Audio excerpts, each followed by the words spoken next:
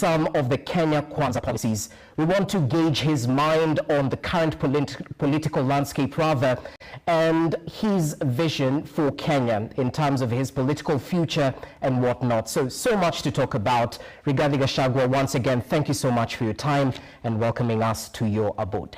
Thank you, Rogers. Once more, welcome. And I take this opportunity to thank KTN for granting me this interview to talk to the people of Kenya. And from the onset, let me send my condolences for the loss of Njoroge Maura, a very renowned journalist. When KTN came into being in 1991, I don't know whether you were born. Let's not go there. Maura was very, very, very instrumental. So. And we admired him a lot, so I want to send my condolences to his family, to the KTN family, and to everybody. Otherwise, I want to say welcome, and I'm looking forward to a good conversation. Asante, let's get right to it. And of course, we'll start with the very recent developments. You were recently in Meru. As a matter of fact, just yesterday, you launched fresh accusations against President William Ruto, alleging that he's orchestrating a plan to remove Chief Justice Martha Koome from office. Can you substantiate these claims? The claims that the purge in the Supreme Court, in the judiciary, is politically motivated? Yes, it is. I was Deputy President and Principal Assistant to President William Ruto. And I'm privy to many things. I also have a responsibility as a leader in this country to let the people of Kenya know what is happening.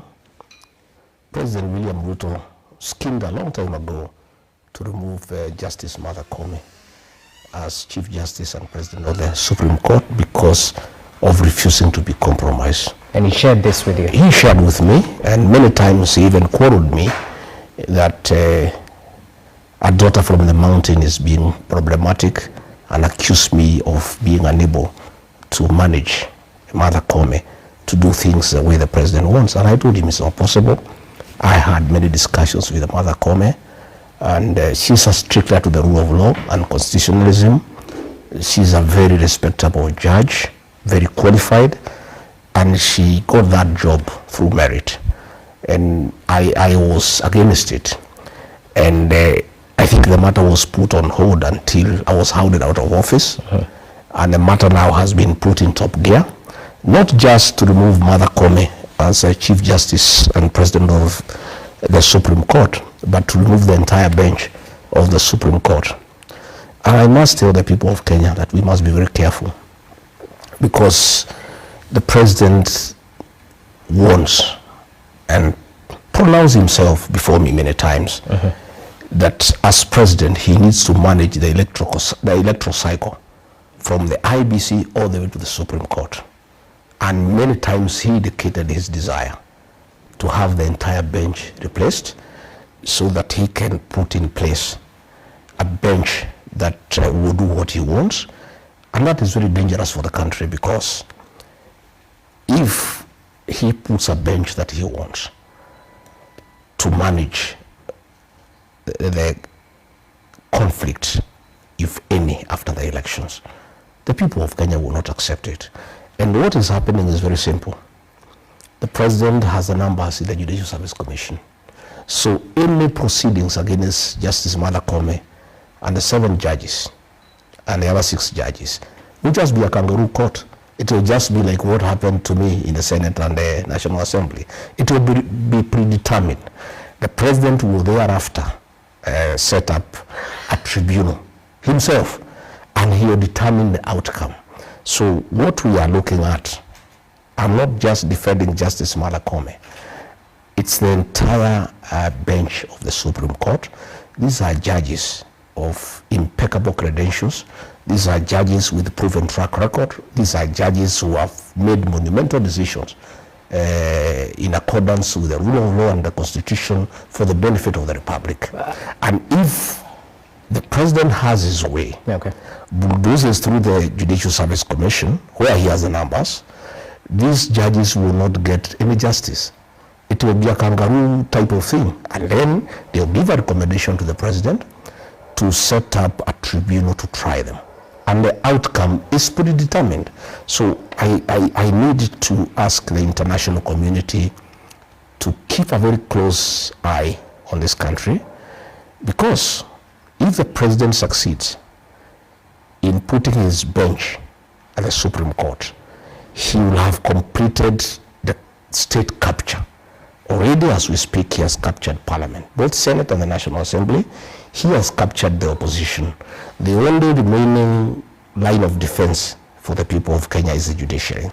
So if he succeeds, as he has planned, it means that the president has really captured the entire country, all the arms of government, and he'll do whatever he wants, and that level of impunity is dangerous for our democracy, our constitutionalism, and the rule of law, and we must speak out, and it should not be allowed to happen. Okay, allow me to interject, because not too long ago, and some people may call you bluff for this, you were critical of the judiciary, which you so speak highly of currently, questioning its independence, whether there are overtures from the executive and whatnot.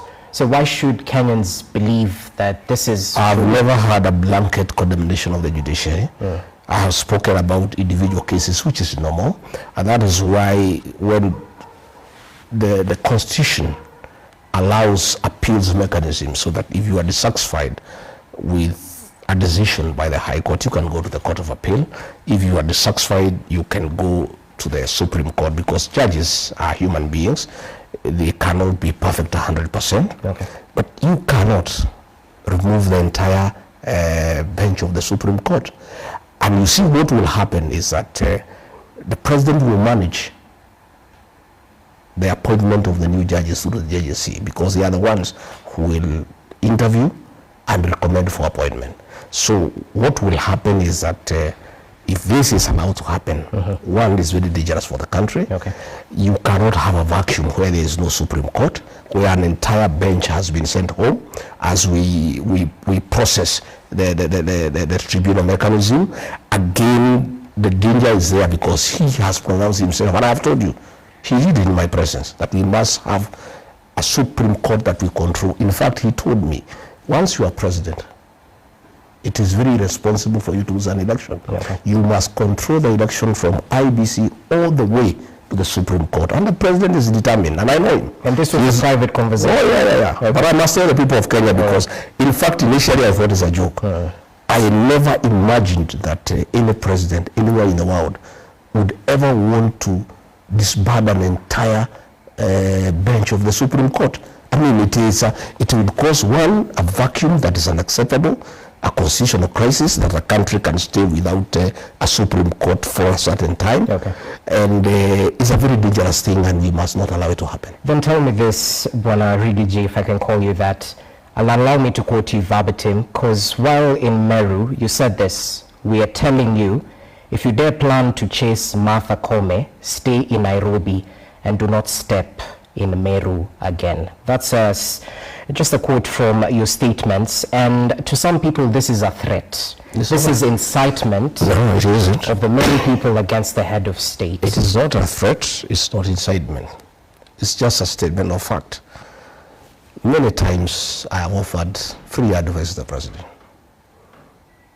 And when I was in office, I told him not to touch the mountain. I told him not to interfere with the mountain politics. I told him not to attempt to divide Mount Kenya East and West. He disregarded me, called me primitive, called me retrogressive, called me tribal, called me all manner of names. Today, it has come to pass, he has lost the mountain completely. He is traveling on the tails of Honorable Raila Odinga to sustain his government, to keep it in power. All I was doing when I was in Meru, I was not in any way threatening the president. I was just telling him a statement of fact. 90% of the people of Meru are through with him. The remaining 10%, if he goes ahead to remove Martha Koome as Chief Justice and President of the Supreme Court, he will lose the other 10%. So I was telling him, there is no need for you to come to Meru anymore, because people, they will not be hostile, they'll be cold and indifferent. So what happens if other leaders actually tell you, Rigathi Gachagua, you can't step in our region? I'm not saying I just gave him advice. I said, I did not even say he shouldn't. I said, if you remove Mother Kome. Yeah. You know, I'm not saying he has not removed her. I said, Mr. President, you are planning with your deputy, the Mr. Yesa, because they are working together. And Mr. Yesa has been given the responsibility to make sure Mother Kome is out of the job. And in fact, the meeting that was held, and I've come to get the content, is that the president argues that Mount Kenya East cannot have the presidency and head of judiciary at the same time. Okay. Because Mr. Yesa is in the presidency and Mother Kome is in the judiciary, the president has told Mr. Yesa, if Mother Kome is not removed so that we can take this seat to another region, you will have to go yourself. So you must make sure that Mother Kome is out.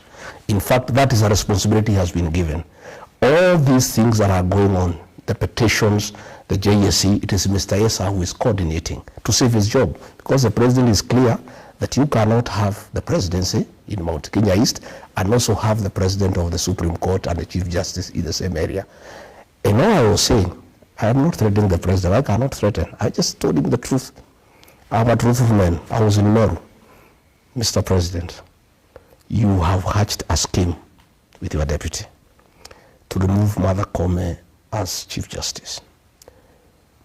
If you succeed, and he can succeed because he was able to remove a deputy president who is elected by 7.2 million Kenyans. So the one for Chief Justice is even much easier.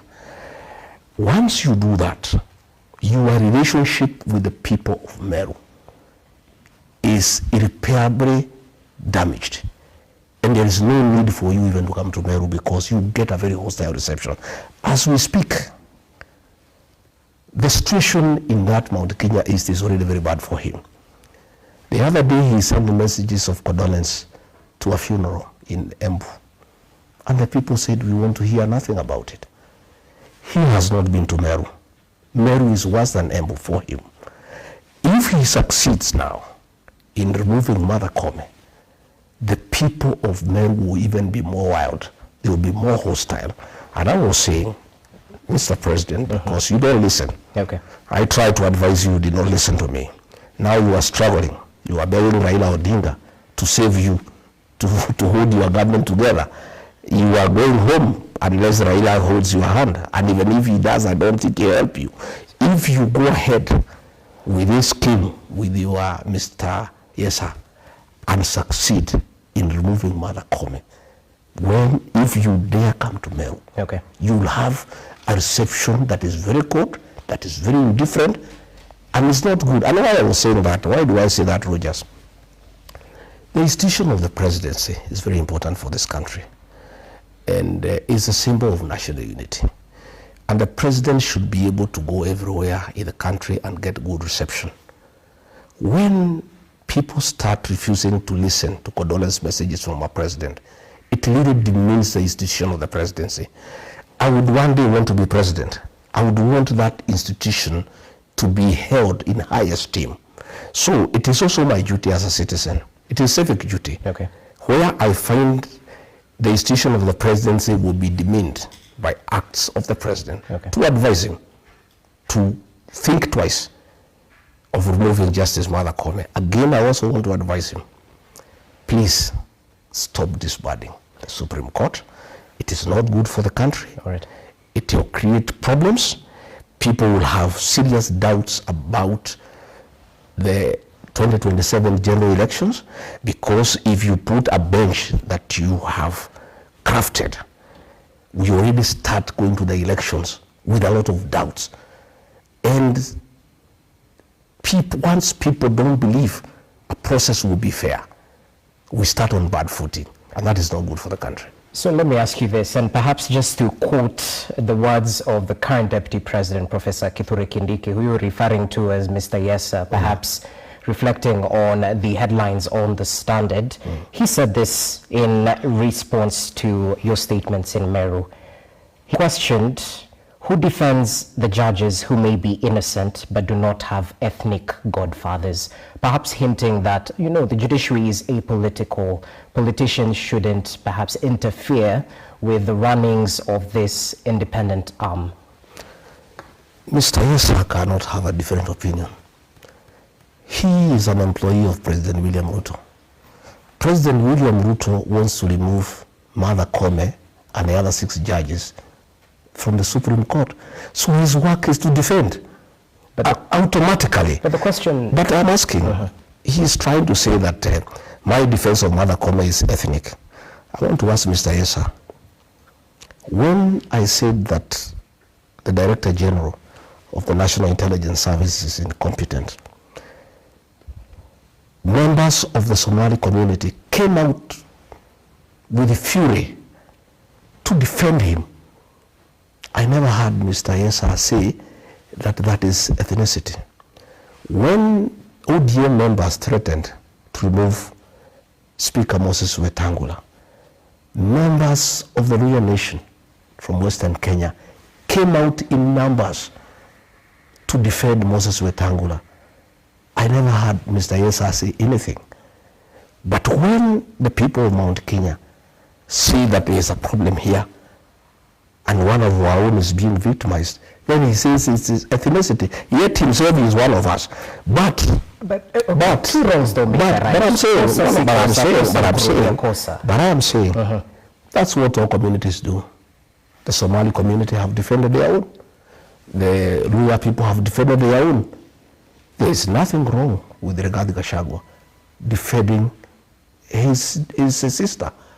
And because our MPs and senators have been compromised by President William Ruto that they cannot speak for one or their own, Mr. Yesa cannot see anything different from what he has been told by this employer. Somebody must speak also for the mountain people. Okay. And I really have no apologies, because I'm not the only one. When the Somalis defended their own, nobody raised an issue. When the Westerners defended their own, nobody raised an issue. And this is what is happening, Rogers, in this country. That the only people who cannot defend their own are the Mount Kenya people. It is called tribalism.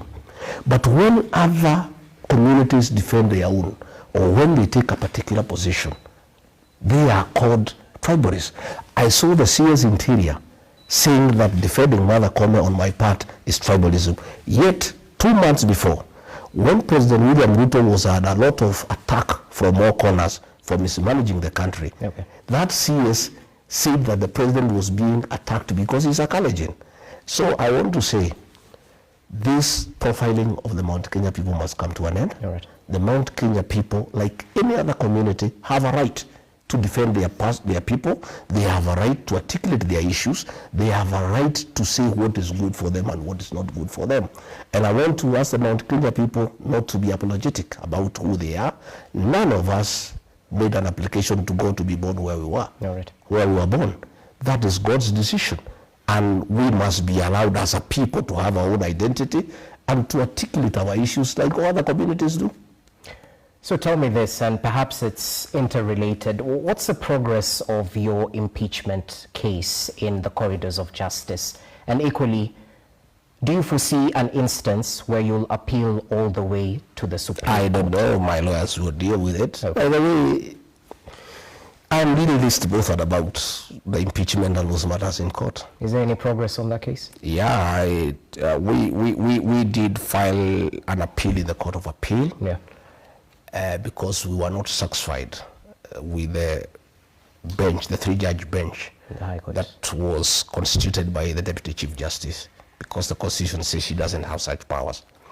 But the judges ruled that they should go ahead, and we did appeal to the Court of Appeal. Today the matter was in court, and the Court of Appeal listened to our arguments and gave an order staying the proceedings before the High Court until the matter is heard. The matter is determined. Okay. So our lawyers are dealing with that matter. That's our lawyers. I am myself on another assignment, a very important assignment of crafting a new political strategy and joining the other people of Kenya to work out a mechanism of how to get this country back on track, how to make sure that we bring in a new government that will observe the rule of law, a government that will not abduct and kill our children, a government that will not make corruption the official government policy, a government that will listen to the people and that will not just be doing things with impunity. That, to me, is my focus. Whether I am cleared of the impeachment tag or not, it's neither here nor there. So what do you tell those people who smell a rat in your defense of Chief Justice Martha Koome, that perhaps you're foreseeing such a scenario where the Supreme Court, this very same judges, might be dispensing of your case? I don't think Martha Koome sat in the High Court where I don't think I got justice. She didn't sit there. Okay. It's other judges who sat there. And I don't know whether the matter will ever get to the Supreme Court or not. But I've told you that matter to me is a very small matter. Okay. And it does not inform my thinking. All right. And I am just concerned about this country, that it is irresponsible to allow the president to disbar the Supreme Court. It's not good for the country. It will create a constitutional crisis. Again, it will make Kenyans lose faith in the entire electoral process.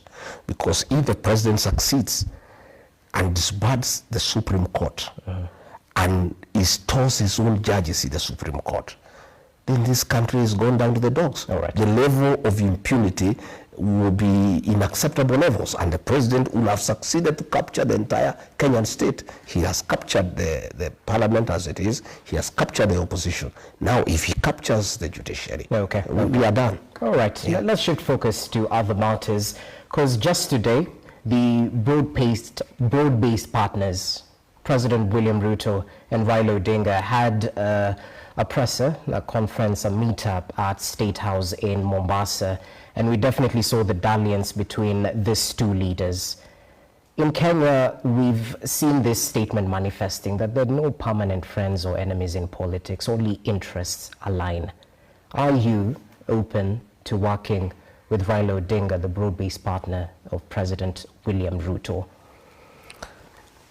I am open to working with anybody who means well for this country. And I want to take this opportunity to tell the supporters of Raila Odinga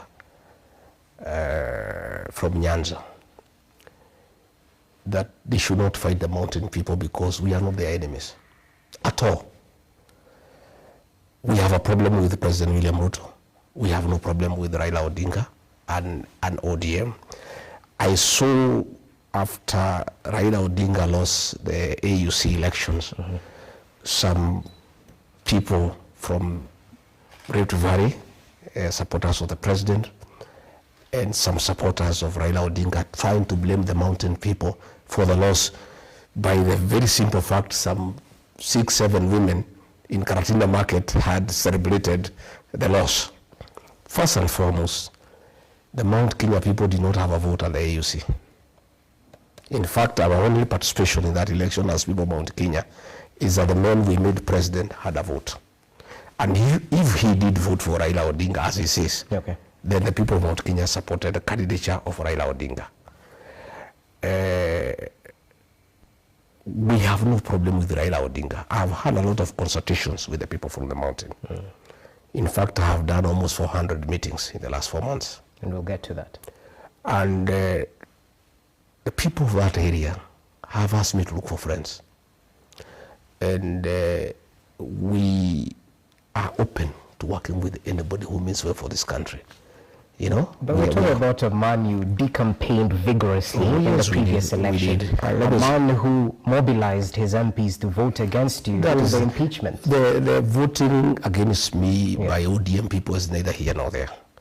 The person who orchestrated the impeachment is William Ruto. That's the person we have a problem with. He deceived the ODM people the way he deceived all us in the mountain. And for the record,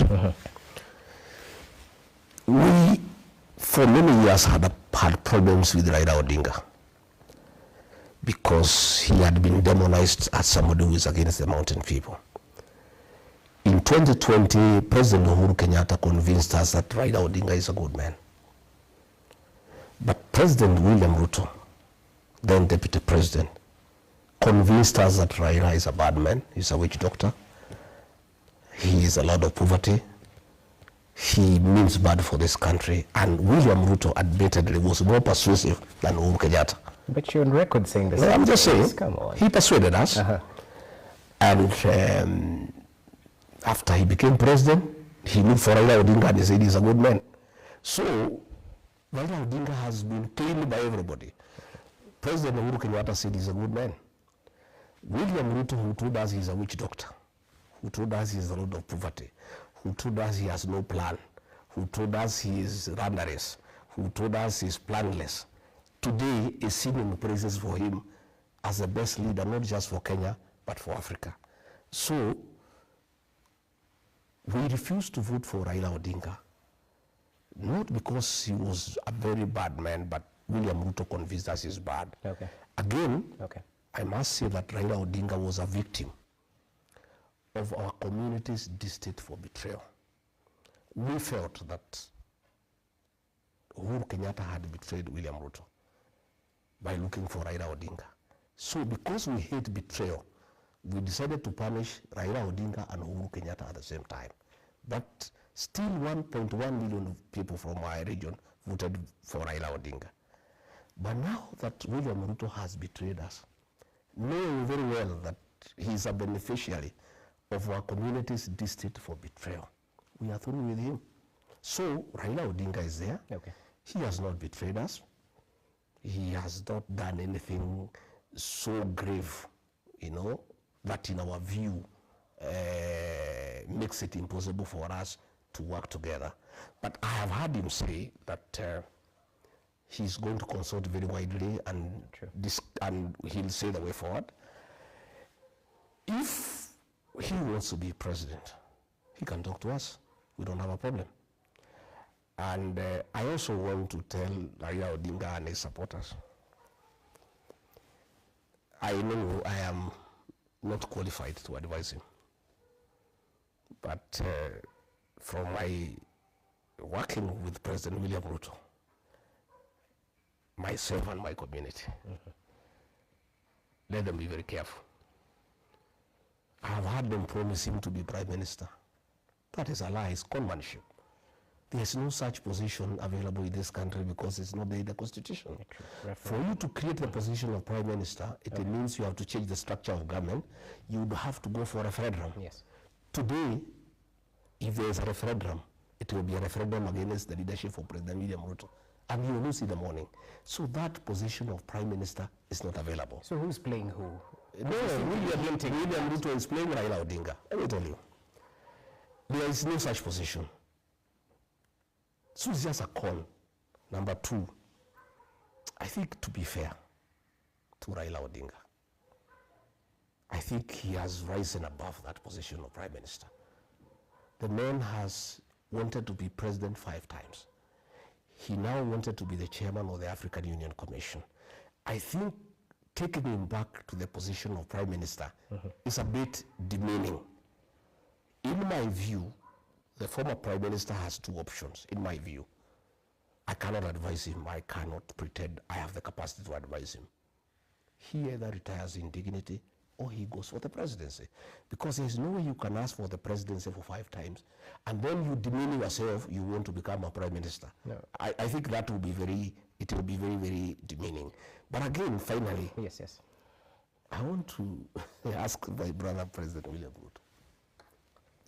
Now that you say this man is a witch doctor, he's the Lord of poverty, he is the real problem of this country, you have changed your mind, you are saying he's the best for Africa, he means well for this country. Why don't you, if you are genuine, consider to do 1 term and endorse him to be president in the next election? If you really genuine that this man is so good, this man can sort out this country, if really that is from the bottom of your hand, of your heart, since you have done 5 years, you are going to do 5 years and you have not done very well, why don't you consider to allow this man to be president? So what I would like to say is that in my discussions with the people, we have, by the way, I must tell you in those discussions, if you want me to tell you, and we'll get to that. We'll get there. But I'm saying we are not opposed. to working with Raila Odinga. You're willing to support? Already we are working with Kalonzo Musyoka. Okay. We are working with Eugene Wamalwa. We are working with Fred Matiang'i. We are working with Eugene Wamalwa. We are working with all like-minded Kenyans. If Raila Odinga does not make a decision to destroy his legacy and support President William Ruto, and decides to join the rest of Kenyans in trying to liberate our country and get it back in the right footing, and calls upon us for a discussion on the possibility of working together in whatever formation. You're open to that? We are open to that discussion. Okay. We are not selfish people. Okay. By the way, myself and my community are on record having supported somebody else. William Ruto, he's not one of us. Today he's calling us tribalists, despite the fact that we supported him, knowing very well he's not one of us. Okay. And because we are not tribal, we supported him, and he became president. We also are amiable and ready, if need be, to support another person, maybe it Raila Odinga, maybe it Kalonzo, maybe Wamalwa. We can support anybody, and whoever we decide to support. And take it from me today, and you'll ask me 2 years from now. Whoever we decide to support, we have two options. We can have our own candidate from the mountain, and we are good. If we decide for whatever reason that it's better to support somebody else, whoever we decide to support, that will be the next president of the Republic of Kenya. Okay, time will tell. You said you're open to working with like-minded individuals. Yes. Yeah. Have you had a meeting with former President Uhuru Kenyatta? Did you bury the hatchet? Because there's some who still point fingers at you, blaming you for the push and pull after the current Kenya Kwanza administration came to office, that perhaps the raid at his farm might have been orchestrated by Ruto-Raila Gachagua. Have you had a meeting with the former head of state ever since you were impeached? You know, Uhuru Kenyatta is my elder brother. I was his PA, and he's our leader as a community. Okay. It is inappropriate for me to discuss him in public because I'm a junior elder in the community, he's a senior elder, and discussions of elders in our community is a preserve of that community. We're just asking if you met him. Come on. What I'm saying Yeah. is that Uhuru Kenyatta is our brother, our son, and our leader. And he's retired, and we respect his status and his retirement. But when we need advice from him as a community, it's always available. So let me rephrase the question. What do you tell those who see former President Uhuru Kenyatta's hand in the appointment of Uhuru's men, as they're commonly referred to? Some of the CSs we saw recently appointed, Mutahi Kagwe, Kinyanjui. There's no problem whether Uhuru had a hand or no hand. It, to me, is irrelevant. And he's a Kenyan. If he proposes some people to be appointed and they are appointed, so be it. What is important for us, especially for the mountain, is that those appointments amounted to nothing, because they were meant to pacify the region that is very unhappy with the President William Ruto for deceiving them, for mismanaging the economy, and for destroying leaders in the region. And immediately they were appointed, there was a saying among our people, that even if you revive Mwai Kibaki, Jomo Kenyatta, and Dedan Kimathi, nothing would change. So we are really not bothered. Let them go and work. They have been given a job to do. Let them go and do the job that they were given to do. We wish them well. If they can make a change and people of Kenya are better off than they were before they were appointed, we appreciate. They are our sons. Right. And we don't have a problem with that. Okay. Yeah. Why the delay in forming your political party? Because going by your own timelines, we were supposed to have that launch early this year. It was pushed, and now we expect that launch in May. Are you having challenges in registering? No challenges at all. Yeah. I had, when I left office, the people of my region felt that we needed to consult on the way forward, because as a community we felt very bad. The community felt totally misused by President William Ruto. They felt deceived, and we needed to consult extensively. And as their leader, they asked me to do that consultation. And I did a lot of consultation, the whole of November, the whole of December. I had hoped that I would have completed the consultations, but I hadn't by the end of December. Very many people still wanted to come and see me. You have seen even in the whole of January and February, they have been coming. Again, when we started the consultations, I had thought it would be a Mount Kenya affair, but I had not appreciated the interest my leadership had created in the country. And many other Kenyans from all other regions also wanted to consult with me, and therefore we had to extend our negotiations. But be as it may, our political party is ready, and for strategic reasons, I did not want to unveil it before.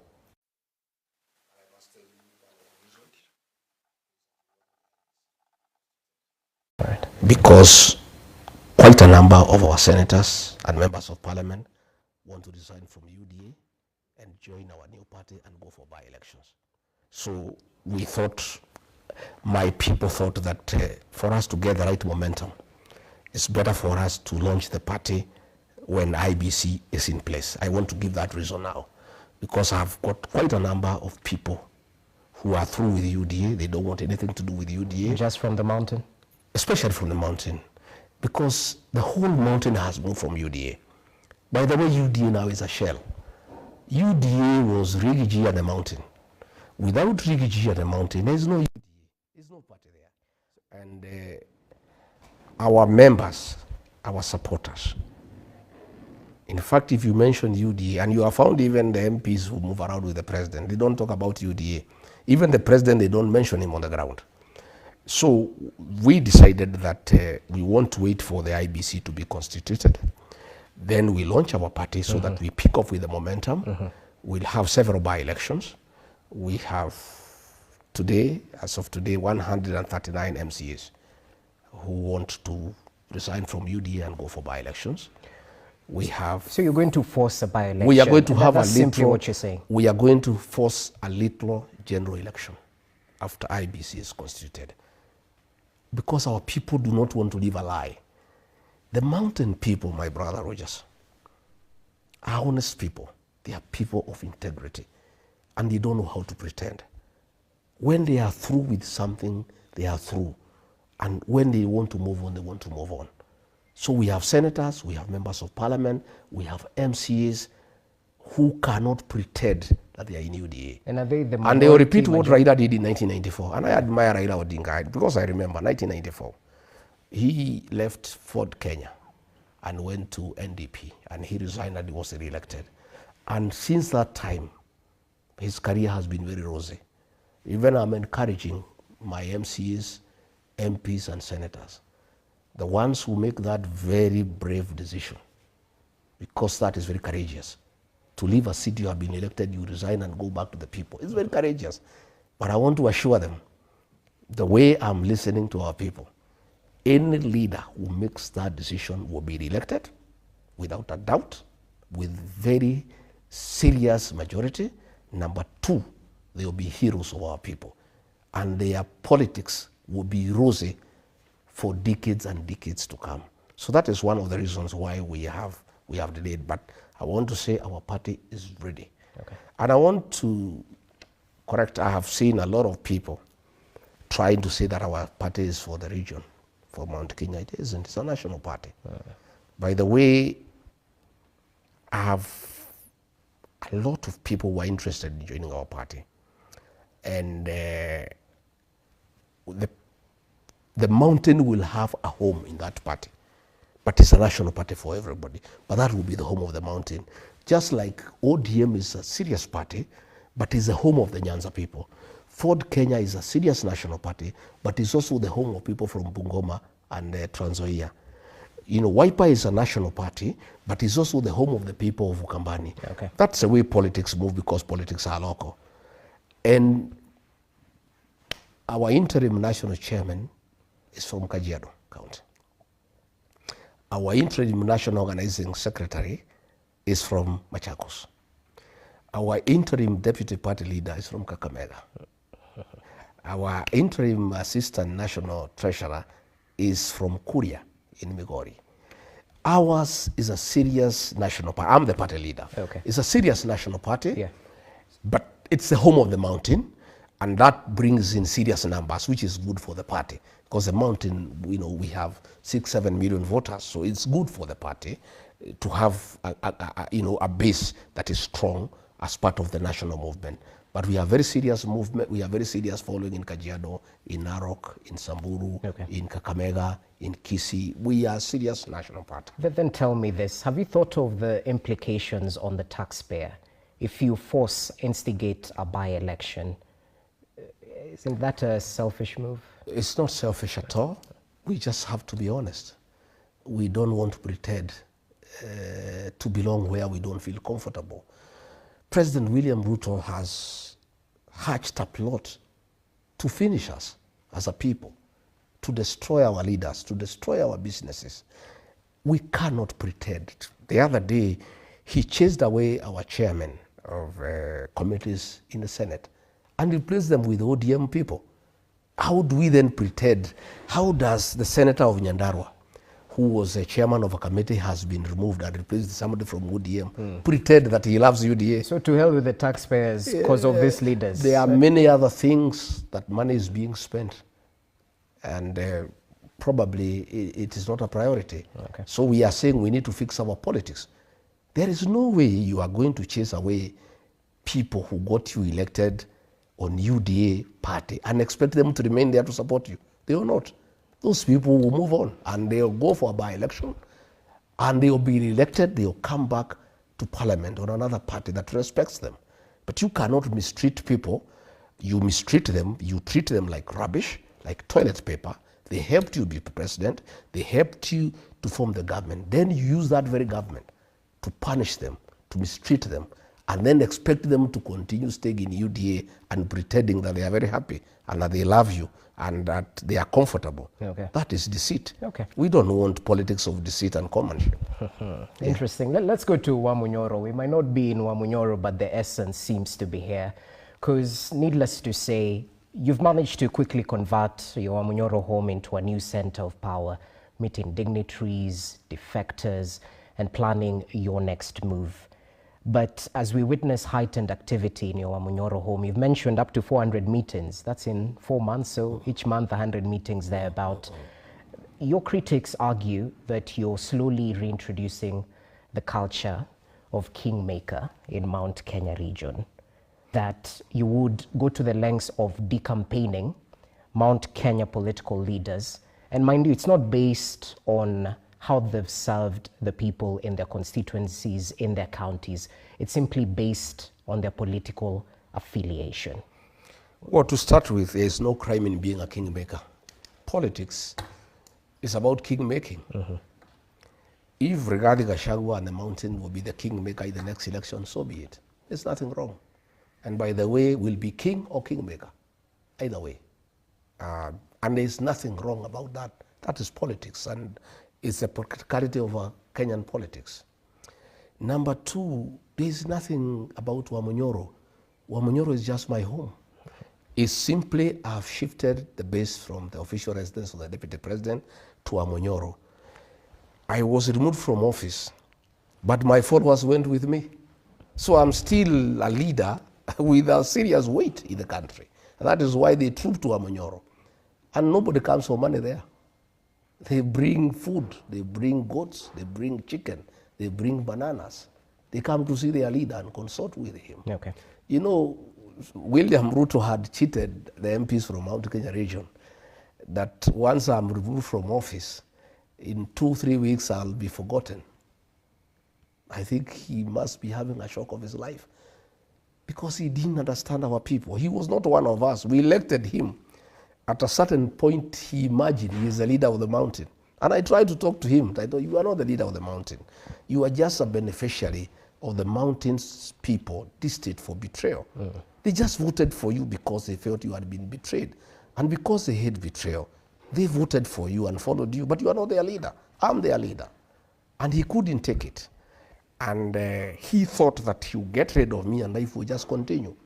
But the entire mountain left with me and followed me to Amanyoro. That's why you find the places of beehive of activities. The meetings you see in social media are the few that we report. There are many other meetings. You know ourselves, we are descendants of the Mau Mau struggle. We are very secretive people. We do meetings, many meetings have been done, and very serious decisions have been made by the community of how we proceed going forward. What decisions are this? One, the decisions have been made. One, that we are through with the President William Ruto for 5 reasons. One, he has betrayed the mountain. Number 2, he deceived us that he will work for us, he will do our projects, he will fix the economy, he'll make sure business is thriving. He has done the exact opposite. He has destroyed the health system. SHA is not working, patients are suffering. Today, we'll get to the that. Private hospitals have discontinued that program. The university financing model, he destroyed it. University students are at home. Okay. The economy is destroyed, overtaxation, destruction of business, evictions, demolitions. Really, the country has come to a standstill.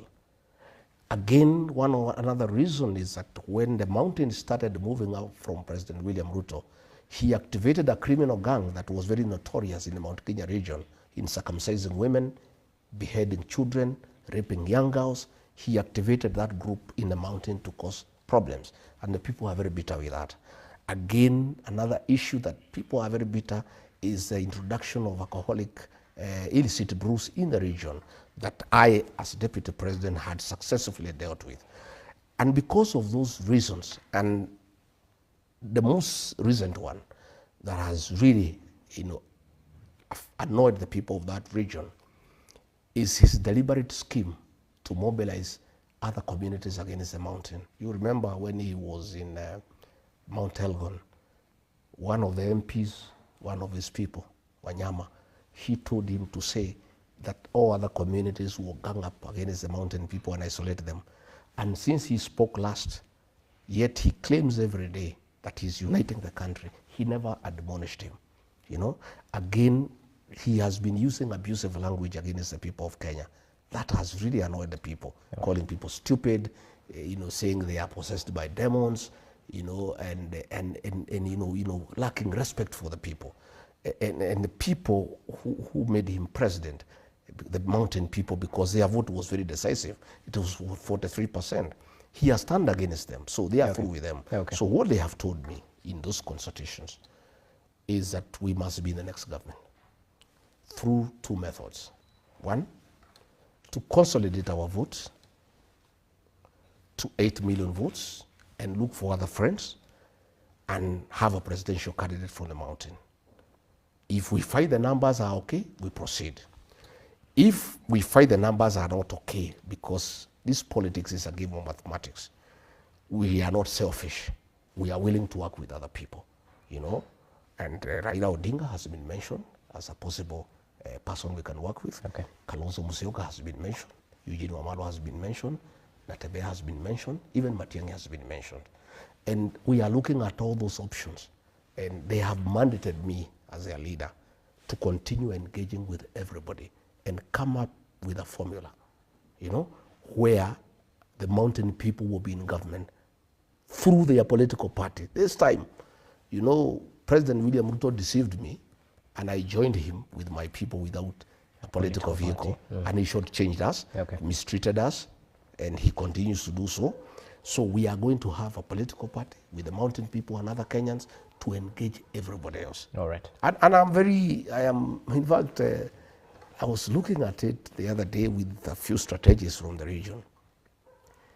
And if we agree to support Kalonzo Musyoka, if we don't think we have the numbers, our first priority is that we are going to have a presidential candidate from the mountain, and we'll appeal to other Kenyans to support us.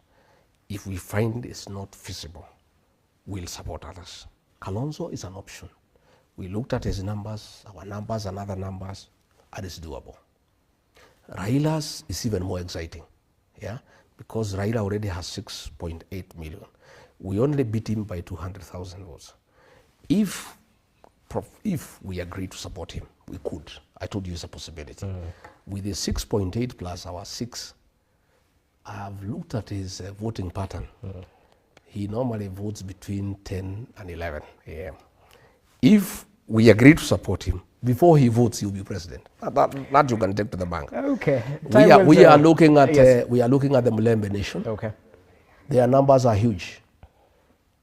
A presidential candidate from the Mulembe nation, supported by the Mulembe nation when they are united. And I told them, I addressed them through the FM station. I said, Mulembe nation, please unite. If the Mulembe nation united and they have a candidate and we from the mountains supported them, they'll be president by 12 o'clock. The same with Matiang'i. So those are the discussions. Yep. And I want to confirm to the people of Kenya that we, the mountain people, are not selfish. We are very selfless. We will do anything for this country.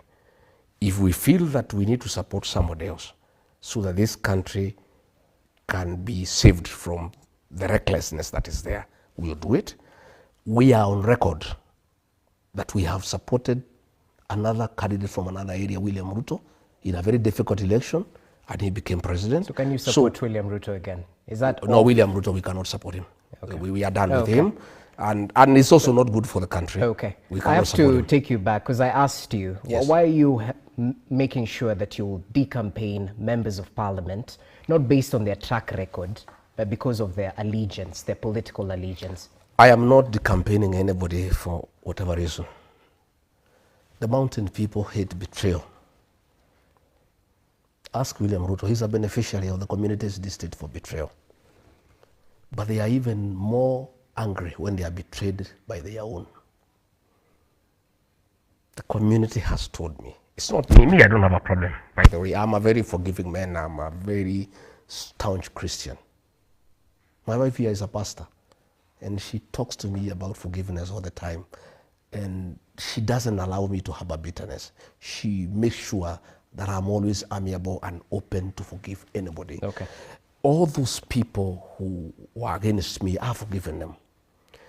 But they were also against the community. They made sure the community is embarrassed. The community became the laughing stock of other communities. When other communities are rallying behind their own, them, for cheap money, they betray their own community. The community has an issue with them. It's not me.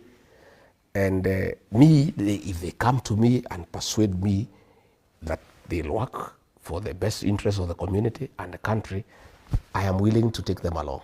So if your people tell you but they have to work a job with President William Ruto, but they have a job, the people have already told me they don't want. Okay. Already, I've consulted them and I asked them. Oh, okay. I asked them, can I work with William Ruto? They said no. He has betrayed us. It's over. That's it. He cannot. We don't. Betrayal in my community is a taboo. It's an abomination. It is never forgiven. It is punished. And I can tell you, many people that I've talked to will come up will be on the queue at 3 a.m. not to vote for anybody, but to vote somebody out. So those MPs, yeah, let them go and talk to the people, not me. I have no problem against them. Let them go and convince the people who elected them that they'll work for their best interest, that they will not put their stomachs first, that they will not be used by William Ruto against the community. Because what is annoying the community is when the president has put people together in a meeting to abuse the community and call them tribalists and call them stupid and call them primitive. Members of parliament and senate from our area normally clap for him. Our people are very bitter because of that one. So if they can go and convince the people that they mean well, that they have reformed, that they will not betray them, that they have changed their character, that they can be relied upon to defend them and their interests, fine. Yesterday I was in Meru. Mother Kome is being fought by the president. The senator is not speaking. The MPs are not speaking. People are bitter. People are livid. And they are waiting for them in 2027 because they are saying, how can our daughter be ostracized? And you are there clapping for the man who is doing that and you are doing nothing about it. So, and other communities don't do that. And they are saying, they have noted, they looked at what happened in the defense of Wetangula by the people of Western. They looked at how Nurdin Haji was defended by the people from Northeastern Province. Okay. But the people of the mountain, the president is using them against their own people by paying them small money. So they have a big problem with the people, not with me. Okay. So it's not me who is campaigning them. It is the people who tell me we want nothing to do with those characters. Who am I? Me, I'm a servant of the people. I listen to the people. Okay, well noted. So you seem to hint that perhaps a grand coalition like NAC in 2002 might be in the offing. How do you ensure all your interests are aligned? Because if you fool me once, shame on me. If you fool me twice, shame on you. Yes, that's why I'm developing a political. And I'm happy. In fact, this is God sent. I have 2 years. I have time to craft a very serious political party. And by the way, I do admire Raila Odinga and ODM. We may have had problems with Raila Odinga, but give it to him. He crafted a very serious political machine that has been there for 20 years. Again, the quality of leaders that are elected at the ODM is admirable. In fact, I will be going to ODM for benchmarking. I must talk to Raila Odinga. I must ask him, Mzee, how did you craft this machine? How have you kept it going for 20 years? You know, ODM is admirable. So I have 2 years to craft a very serious political machine. I'll make sure that in whatever coalition we go with whoever, our interests are well anchored through a watertight agreement, so that again nobody will ever deceive us. Okay. We are all feeling very foolish as a people. In fact, one of the burden that I carry that is very heavy on me, that sometimes weighs me down, is just how foolish I feel at times. That I was deceived by Ruto because he was a Christian, he came with the Bible, I believed him. I never even asked we sign anything. I was so naive, I was so trusting. I sometimes it weighs me down, I cry at night. How foolish could I have been? And I'm a student of political science. But we say once bitten, twice shy. This time we'll be careful. I have very serious elders who advise me. I have very serious former civil servants who advise me. I have professionals, I take advice because I made wrong decisions and I sank my people into shame. I sank my people into desperation. God giving me another chance. I will not repeat that mistake. It's a commitment that I've given to my people that I'll be very, very careful. In whatever arrangement I get into, it must be watertight. I must have very proper professional advice by lawyers, by people who have been in politics. Okay. And that consultation is going on day and night. You know, I sleep past midnight every day. I consult and I'll continue consulting. And from next week now, I'm consulting other regions because we want to work with the people of Kenya. Forget about what people say that I'm tribal. You know, Rogers, eh? And don't say politics is local. Politics is local. Let me tell you. Let me tell you. How do you go to organize your neighbor's house when yours is in disorder? You first organize your house, your wife, your children, you make sure you are talking the same language, then you go and visit the neighbor.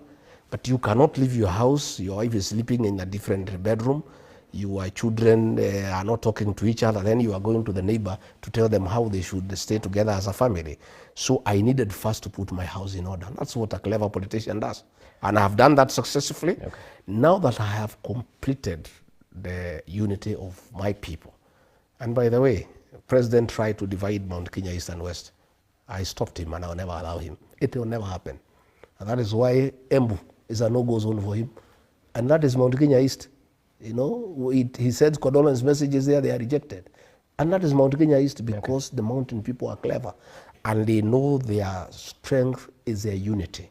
So now that I have more or less completed 98% uniting my people to speak the same language, to have a single political party that is strong. Now we are reaching out to other Kenyans, like-minded Kenyans, so that we can work together. Do you think you'll shake off that regional tag, that tribalist tag? I don't need to shake it because it's not a bad tag. It's an identity. I'm Kikuyu, so but I did not apply to be born a Kikuyu. I did not apply to be born a Kikuyu. There is no crime I've committed by being Kikuyu. And there's no crime I'll commit by loving my people. There's no crime I'll commit by asking our people that we be united, because that's what all other people are doing. But it is only bad when it's done by the mountaineers. But when the Western people come together, that is regional integration.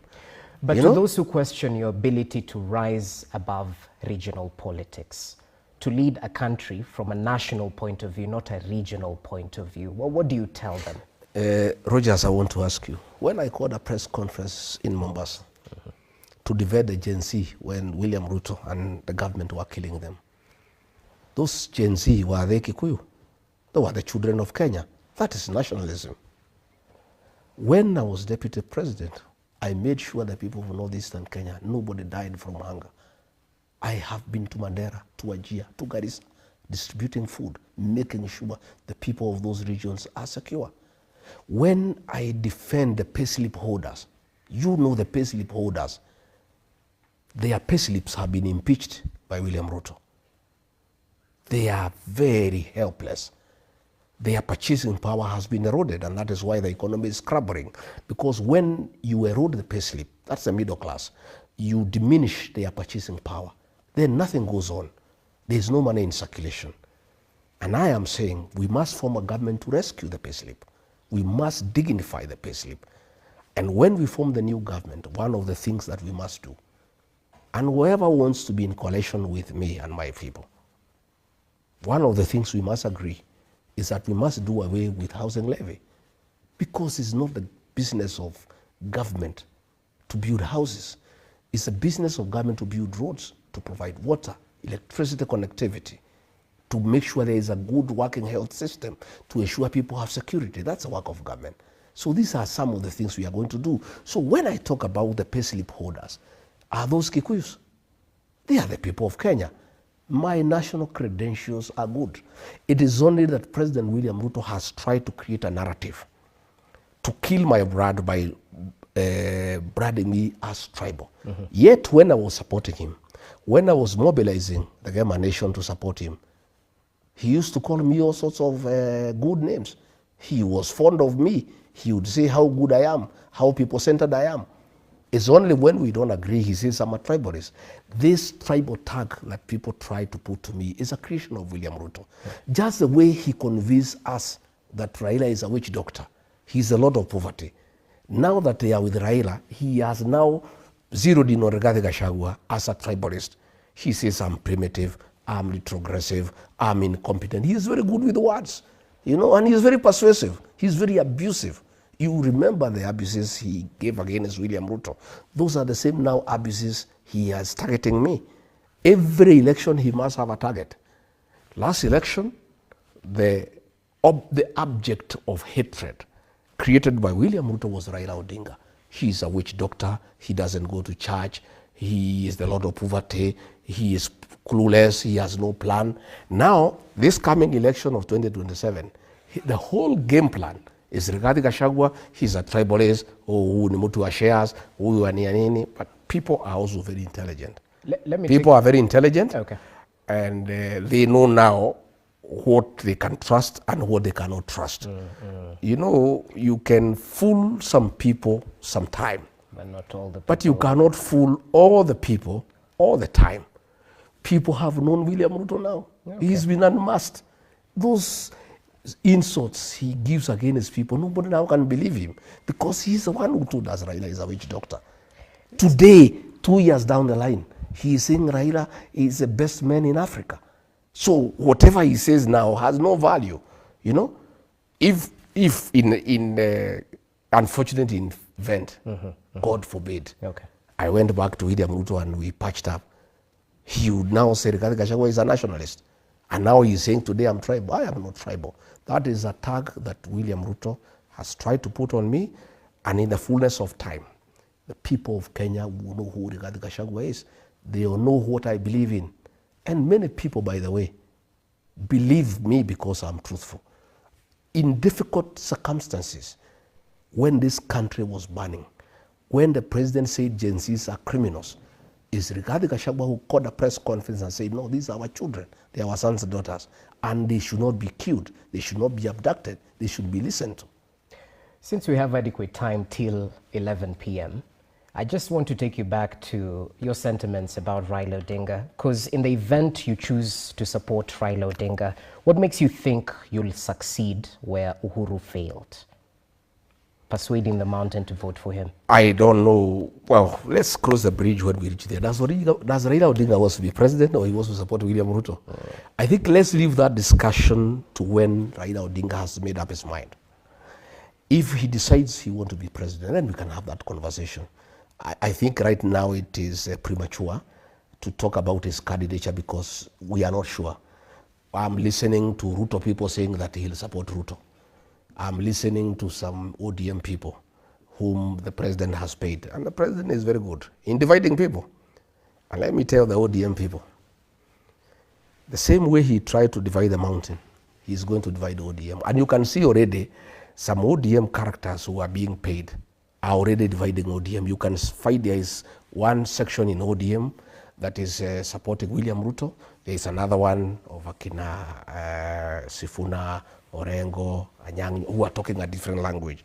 I see very serious attempt by the president to divide ODM. And you know, one time I asked him, when we were pushing Baba to go to African Union, and we were talking. We were not good friends, but we were talking. We would have a conversation. And I asked him, this Raila thing you are pushing, what's the head game? He said, fine, we want this Mzee to go to AU so that I can take over his block. I said, how will you take it up? He said, let's do ODM, I'll finish it, I'll destroy it, I'll take it over. And once Baba is gone, I'll have a few days, I'll get the MPs, everybody rally them behind me. That's what he told me then. And I think if Baba went, to a certain extent, he would have succeeded in dividing ODM. I don't think that is possible now, because I think Raila Odinga has built ODM for 20 years. I don't think even if he wants to work with William Ruto, he'll allow him to destroy ODM. I think he'll still want to have ODM as a strong party. And if he wants to have a coalition with William Ruto, he would have ODM as a distinct political entity. What I would not understand is at what he would be in that coalition, because Raila's dream has been to be president. And by his status, even age, experience, exposure, he's presidential. I don't know what other role he would play in a coalition with William Ruto, but that's his decision.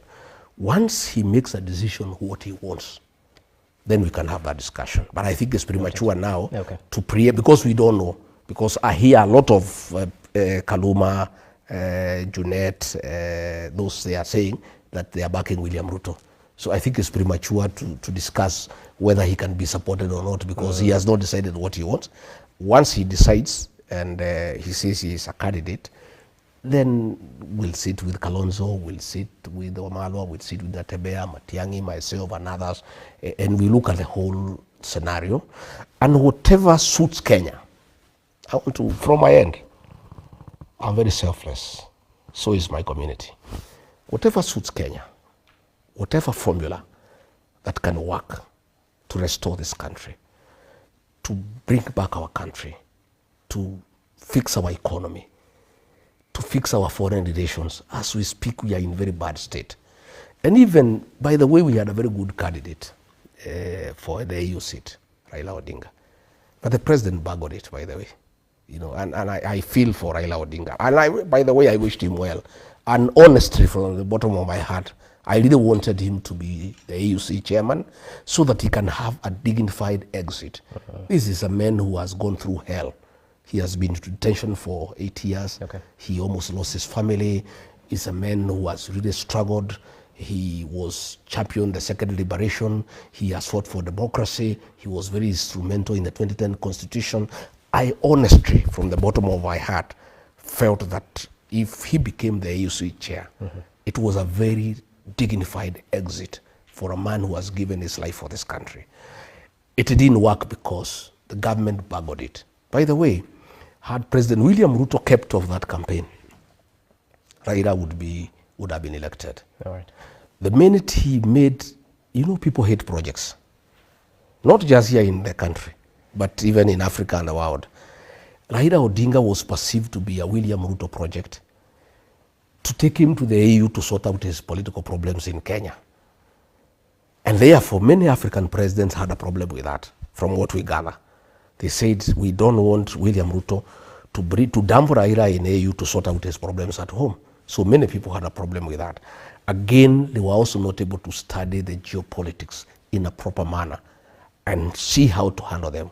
Then the way the president handled the DRC issue, he rubbed many people the wrong way. Again, I don't know who advised these people.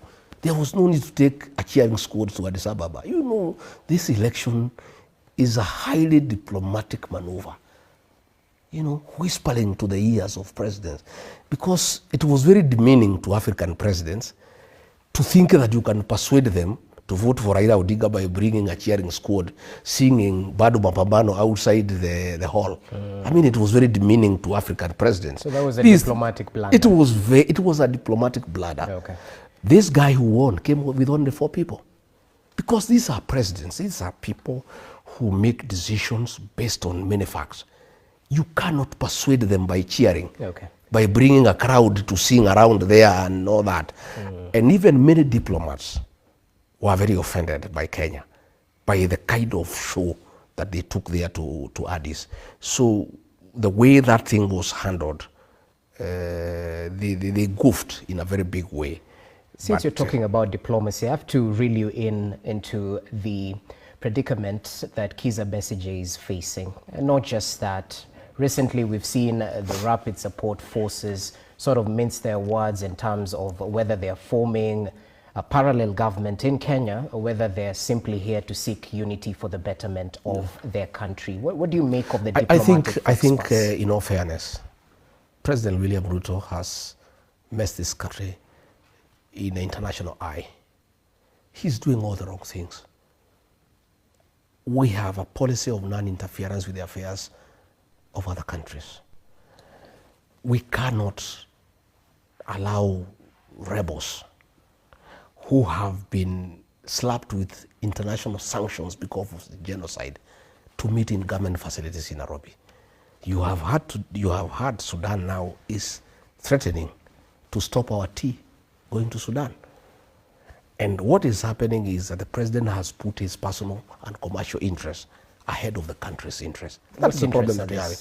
They are doing business with the RSF chief of gold that is being gotten from that area, brought to Nairobi and taken to Dubai. And you can substantiate Yes, this? I can. I have one time, and diplomatically, the president cannot invite Hamed here because he was vice president. And he asked me to invite him on his behalf. And he called me and said, sign this letter, invite Hamed here because I want to have a discussion. When was this? Sometime 2023. Okay. And I did invite Hamedi and welcomed him and delivered him to the president. There was nothing about Kenya. They were just discussing business, about gold, about such other things. You were in that meeting? No, I introduced him and then I was told to leave Then because it had nothing to do with Kenya. How do you know this then? No, I'm saying if it had anything to do with Kenya, I would have sat through the meeting. But I'm the one who, after they were through, I'm the one who took him to the airport and I inquired and they are doing business. So it is putting Kenya in very bad light. Very, very bad light. And President William Ruto must accept that he will not be president forever. He cannot destroy this country and the way we are perceived by other nations. He must be a nationalist. He must rise above personal and commercial interests and put the country first. That group has been flagged by the international community and sanctions have been slapped against them for genocide and killing of children. But again, thinking about it, there's a saying that birds of the same feather flock together. They are killing children in Sudan, we are killing children here. So again, there's convergence. I think birds of the same feather flock together. But we are looking very bad. DRC, we have handled it very badly. And in fact, I am told many African presidents are unwilling to get involved in peace initiatives led by President William Ruto because he is conflicted in terms of personal and commercial interests that he has put above national interests. All right, let's come back to the country. I'd like your take on the formation of IEBC because there seems to be progress after quite some time. Perhaps start off with telling us your take. Was a delay in formation of the IEBC by design or by default? Thereafter, what do you make of the process? Is it above par? The delay was by design. President William Ruto wanted the conclusion of the AUC bid before IBC can be formed because, you know, the changes that were made in parliament, there is participation of political parties. He wanted to be certain that they are on the same side with the Raila Odinga so that they can agree on the formation of an IBC commissioners that are friendly. He wanted to know whether Raila is on his side or not. So that is why that delay was there. And he's the one who was sponsoring those court cases to keep the delay going on. But I think after the international community raised the issues, he reluctantly allowed it to go on. I think now AUC has been, the AUC is concluded. I think even the discussions in Mombasa is trying to see whether he can be on the same side with Raila Odinga, so that probably if they are on the same side, they can agree on the commissioners that will be appointed. That's the way I see it. Okay. Just take you back to the matters of diplomacy. Now that the United States is withdrawing its funds, because President Donald Trump seems to put America first, can we survive on our own? It's not easy. You know, those programs, especially on health, by USAID, were very, very, very important for our people. And those were serious funds that were coming into the country. It's a very serious gap. And you know, already we are struggling. You know, our economy is struggling even to fund, you know, to support our budget, you know, on the current and development expenditures. So the withdrawal of those funds for those interventions, especially in the health sector, is quite a serious beating to the country. I must tell the people of Kenya, we are having a difficult time, and we just have to tighten our belts. Things will be quite thick as we move on. But we just have to struggle and see what to make out of it.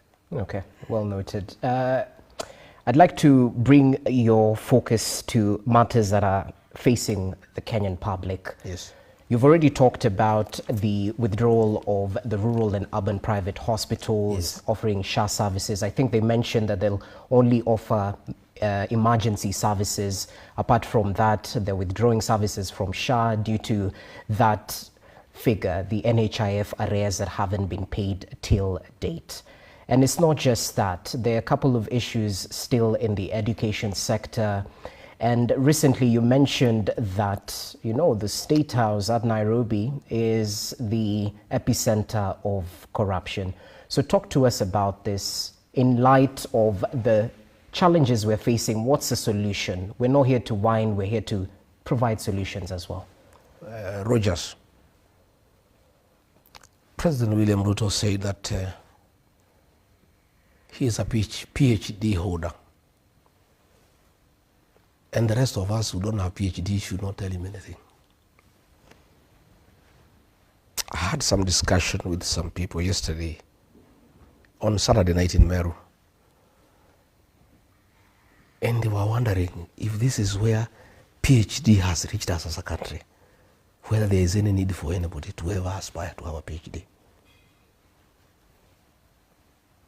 All systems are destroyed. The health system has collapsed.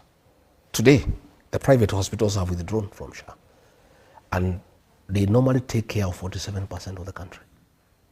So where do those people who go to the mission hospitals go? And this SHA thing was rushed because of corruption. The whole genesis of this program and why it was pushed down the throats of the people of Kenya without proper and adequate preparation was because of conflict of interest. There is a system, a management system for the shift program that is costing 104 billion Kenya shillings. That is the gist. That is money that people are taking, people in government. More than 80% of that money will go to people's pockets. The NHIF had proposed that they only needed 700 million to upgrade their system, to manage the health system. Okay? So what has happened because of this corruption? There's a nation called Jayesh. He's the one who is behind this thing. He works with Adani on behalf of people in government. Because of that, the program was rushed without being thought through. There are people who are owed money by NHIF. Nobody talked to them. We just migrated to a new program without thinking through what it is. When we were campaigning, we had promised the people of Kenya that the ordinary Kenyans who are paying 500 shillings, we will take it to 300. What has happened is that nobody can afford this system, and the system itself is not working. So, a government that cannot have a working health system, I'm actually happy to be out of this government. I would be very embarrassed if I was deputy president. Today, I would be very embarrassed. When I meet old women and they ask me, you are the deputy president, we had a working health system before you took over. 2 years down the line, the system has collapsed. What are you? Who are you? I will be very embarrassed. In fact, sometimes I sleep here, I wake up at night, I'm happy I'm not deputy president. Because I would not know what to explain to the people. Okay. So, we are having a crisis of monumental proportions in terms of our health system. And I really feel for the people of Kenya. I don't know what will happen. Now that the private hospitals are withdrawn from the system and people are paying through their pay slip and they cannot access health care, what do? I was talking to some policemen today as I came from Nyeri, and they saw me on the road and they said, Afandi, we support you. We are complaining even more than ordinary Kenyans. We cannot access health care. The teachers are complaining. You know, the teachers had a good medical system with some hospitals. And a decision was made to remove the insurance so that it's given to some hospitals owned by that Asian called Jayesh. Today, teachers are going to hospital, they cannot access medical care. Everybody is crying. The whole country is in tears. And it's just 2 years down the line, you know. And I looked at, I saw after the AUC, I saw a fellow who works for the National Intelligence Service, an MCA from Nairobi here, called Alai. He wrote a big post trying to blame President Uhuru Kenyatta that he is the one who campaigned Raila Odinga at the AU. Okay. I want to tell those people of Ruto and ODM to leave Uhuru Kenyatta alone. Uhuru Kenyatta was president. His project did not go through. He conceded. He handed over power. Yeah, right. 2 years down the line, you cannot keep on blaming him for every problem in Kenya. Really? Even when Raila Odinga does not succeed in AU, you blame President Uhuru Kenyatta. Mr. Gachagua, President Uhuru Kenyatta left. Let me reel you in. Back to, away from Uhuru Kenyatta, because we've talked about that. Let's talk about solutions. If Kenyans are to trust you with the leadership of this country, what would you do different? First and foremost, Rogers, governance is about the people. The first thing you do if you want to govern well is to listen to the people and never assume them. Had we listened to the stakeholders in the health sector, we will not be in the hole we are in. The first thing we will do when we form government is to call the stakeholders and listen to them. And the people of Kenya, my brother, are very knowledgeable. We have an abundance of human resource in this country. People are extremely intelligent and very knowledgeable.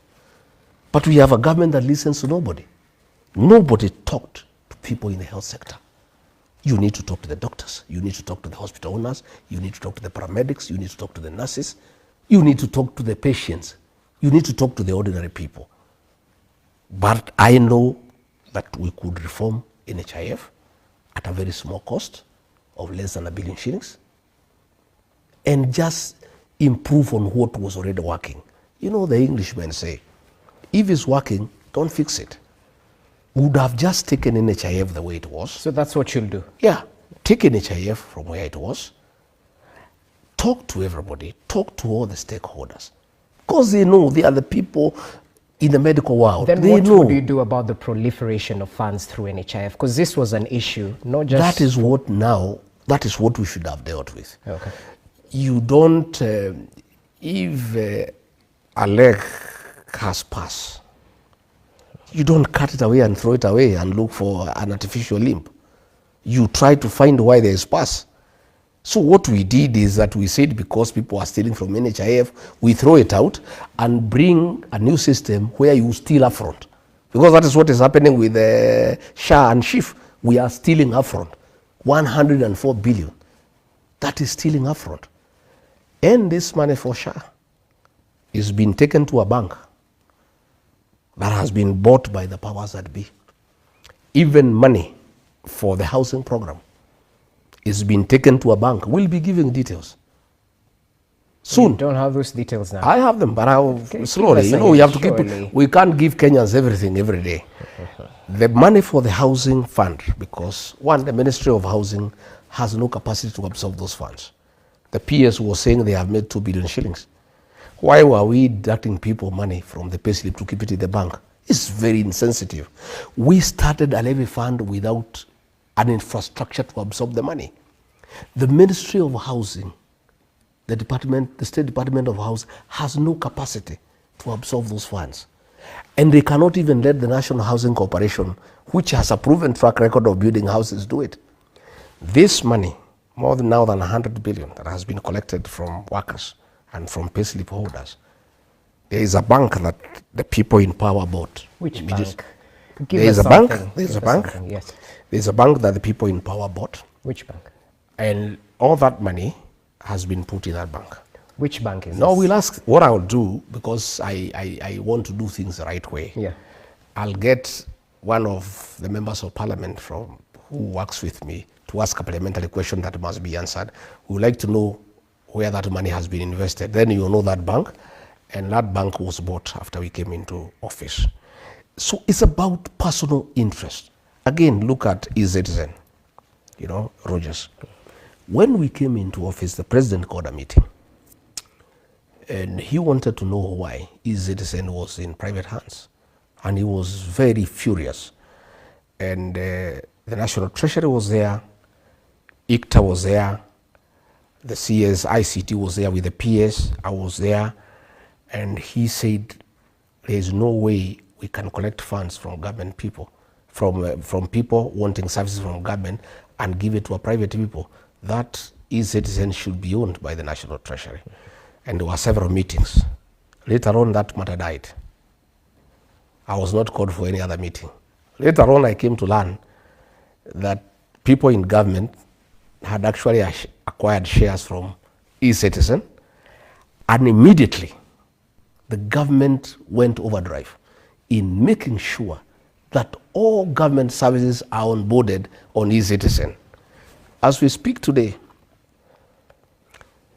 the private people who own eCitizens are people within government, and they are milking billions every day. That is why there was a big push, you know. It was done by another lawyer, it's called a deal, it's an Asian fellow. These are the guys who are doing all the deals in this country. He's the one who was able to blackmail the owners of the eCitizen and force them to cede certain shareholding to people in government, and he crafted it. What is happening now, why every government service was onboarded, is so that the new owners of eCitizen can make money. It's not for the country. Can you name them? It's not for the country. Can you name them? No, it's you now to do investigative journalism. Okay, I'm giving you the hints. Okay. I'm giving you the hints. Yeah. That fine from one e-citizen is in private hands, and those are government people, and that is why the push for onboarding government services on e-citizen was done. And these are some of the problems that made me disagree with the president. Okay. Because this is pure corruption, it's pure theft. He called a meeting and said e-citizen cannot be in private hands. I only came to realize it was a strategy to get to know who owns e-citizen so that people can grab it. Well noted. In a minute or so, because we're pressed of time, now that you said Parliament is captured, there's an ongoing debate about majority, minority. Is this a circus from your point of view? It's a circus, it doesn't matter. There is no distinction in majority and minority, they are one and the same thing. It doesn't matter. Ichongwa can exchange the seat with the Judet or the other way, it's still the same thing. They are birds of the same feather. Okay, yeah. That's one of the questions from our viewers. Yet another one. They say you're part and parcel of the government that a section of Kenyans are against. Looking at the issues Gen Z were fighting for, good governance, end of corruption, tribalism, and all that. Why would Kenyans trust you this time round, considering you misled them in 2022? Well, when I misled them, when I went to government, I realized what I believed in is not what I got. The person I believed is a good leader, I found is not the case. Okay. I disagreed with him and he kicked me out of government. The very fact that I was kicked out of government for refusing to ills against the people of Kenya cleanses me before the people of Kenya. Okay. And I started talking when I was in office. I did not speak when I left office. When I called a press conference on the 26th of June in Mombasa, I talked against abduction and extrajudicial killing. I was still deputy president. Can you name these abductors? You seem to know more than we do. Name these abductors. What building were they using? Because you drop hints. No. I said in that press conference, the abductions were being done by the National Intelligence Service. I said so. What building? The buildings are there. Which one? What I didn't want, there are some safe houses. One safe house is in Westlands by Nice. Another one is in Mwiki. Another one is in Lavington. And there's a commercial building in town. I didn't want to mention it because it's a commercial building and it would ruin their businesses. But it's for you guys to do your investigations. But even Justin Muturi, when his son was abducted, Kindiki was taking him in circles. Kome was taking me in circles. Nurdin was taking me into circles. Amin was taking me in circles. He complained to me the president was out of town. I called all these people, they were also taking me into circles. Okay. And we did agree with him, he faces the president. And he faces the president, and he has the president. If somebody disappears in Kenya in police hands, you go to court and file what you call a habeas corpus. A habeas corpus is filed against the Attorney General to produce that person in court, dead or alive. So Muturi asked me, since I am the father of this young boy, I'm supposed to file a habeas corpus against the Attorney General. I'm the Attorney General. What happens?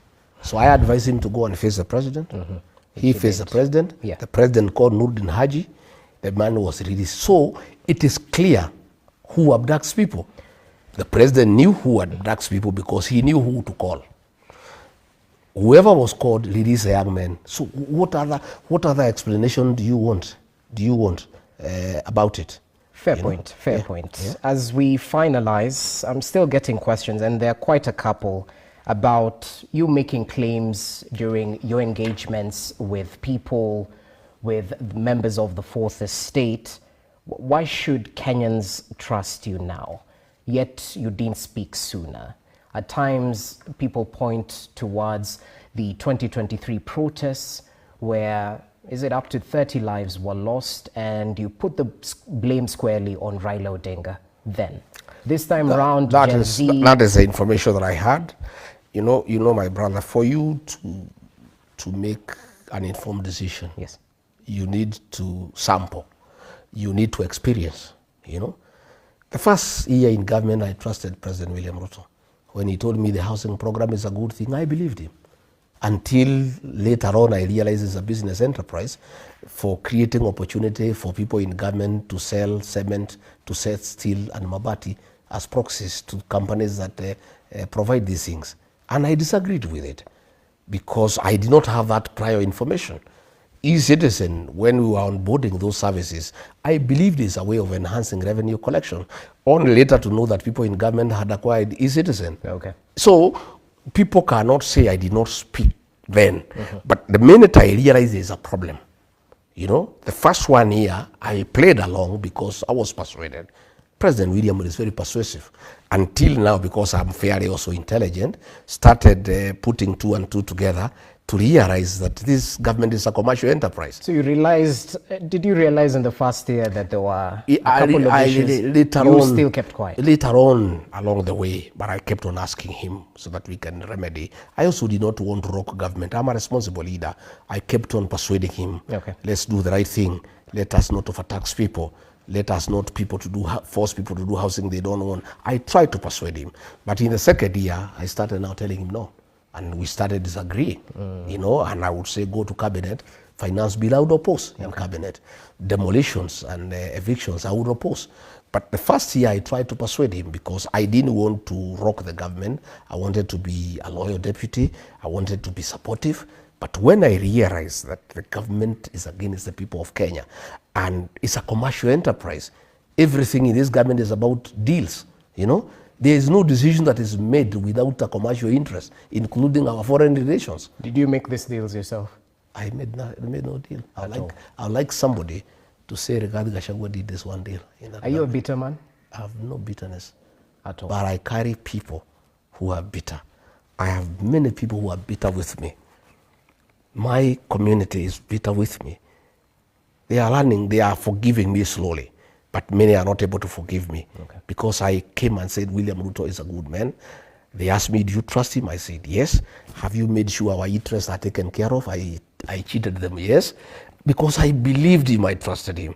When I went later to tell them I had nothing written, they blame me up to today. So I'm a leader of a very bitter people. But myself, I have no bitterness.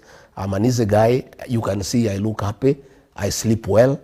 I am more easy. I have time for my family. I have time for friends. I also have time to listen to the people of Kenya. All right. And I am also a very hopeful man. I'm sure, you know, God is with us. And in the fullness of time, I'll be vindicated. And for my people from home, from my region whom I wronged, I'll do everything possible to fix the wrong. So that I also, you know, persuade you that I was conned like you are conned. I was deceived like you are deceived. And I'll have the opportunity to right the wrongs that I did. Okay. I will be more careful. I will be more thorough. I will be more consultative. I will not assume anything. I will treat everybody as a suspect until proved otherwise, so that we don't make wrong decisions that can put our country where we are. Well noted. As we finalize, speak to the nation, those who are yearning for solutions due to the predicaments they're facing in the Kenya Kwanza government. Equally, your political path, speak to that. I would like to tell the people of Kenya that Kenya is a beautiful country with good people who are very hardworking, very industrious, very enterprising. The problem of Kenya is one of leadership. There is a book I read sometimes back called The Problem with Nigeria. And it says Nigeria, there's no problem with Nigerian air, soil, the people. The problem is leadership. The problem that we have in Kenya is one of leadership. And the first solution to all the problems that be there for our motherland is to fix the leadership, is to get the right leadership. People who are patriotic, people who put national interest above their personal interest, people who listen to the people of Kenya and not abuse them. Because it is very bad to abuse people and insult people when they tell you the way they want to be governed. Because people must be allowed to see the way they want to be governed. Because at the end of it all, the sovereignty of this republic rests with the people. So the first thing we must do is fix the leadership. Once we fix the leadership, the other things will follow. I am very hopeful that the people of this country at the right time will fix the leadership, and from there things will get better. I want to say my people who think the way I do, the leaders in the Senate, in the National Assembly, I feel for you the way you are being harassed, the way they are getting trumped up charges against you. The MP for Juja, because of questioning the funds for AUC, was arrested, and he has been charged with a crime that is alleged to have been done 30 years ago in 1994. Today, he's being arrested and charged with a matter for 1994. It's harassment. There is a scheme to plant bangi and arms on Senator Karongo Thangwa, so that they have tried to look for something to arrest him. They want to plant bangi so that they can arrest him. They have been trying to get charges against me. A whole unit called the Economic Division at DCI, about 16 people have been assigned to turn my life upside down. Right. And see whether they can get something to take me to court. My own children have been harassed. They used to have a place they were doing business. They have stayed there for the last 7 years. The person who had listed them, the office was called and threatened that you must cancel the lease and throw them out. They were thrown out at night by policemen, and they came here crying. I said, it's okay. Your father has taken a certain decision. He's your father, so you must suffer the consequences. So I asked my children just to take it easy. These things will go. No situation is permanent. I must say that I'm embarrassed that President William Ruto had promised that he will never use the criminal justice system to settle political scores. He has even perfected it more than the fourth administration. You know, people are being harassed. Our friends are being followed everywhere. They are being threatened by KRA. They are being threatened by asset recovery. It's very unfortunate, but it's okay. There is nothing we can do. Time is healing, and time has a way of sorting out these things. So I want to tell the people of Kenya to know that DP Gachagua, with other leaders who are patriotic, I will do everything possible in their limited means to make sure we fix the governance in this country and accord the people of Kenya an opportunity to fix what is wrong. And I am very hopeful that there will be new leadership when the elections are called, and with the leaders who put the interests of this country first, and then we can fix the economy and we can fix all the other things that go with it, the health system, and mostly important, restore the dignity of the payslip. That's a commitment I want to give to the middle class. All the people who have payslips, we are committed, we'll work for you. You will serve for the next 2 years. Muvumilie tu, because there is nothing we can do now, because Parliament has been captured, so it cannot help you. Opposition has been captured, it cannot help you. It's only the Kenyans who can help themselves. So I want to appeal to our young people, the Gen Zs and the millennials. You have a date with the destiny. You've done very well so far online, using your smartphone to bring awareness to the Kenyan people. But that is not enough. My sons and daughters, my grandchildren, we are depending on you as a nation. You must take IDs, you must register as voters, and you must come out and vote. What you are doing is good, but it's not complete. The final liberation of this country will be on the ballot box. And it's the Gen Zs and the millennials who will do it for this country. And they owe it to us as their parents.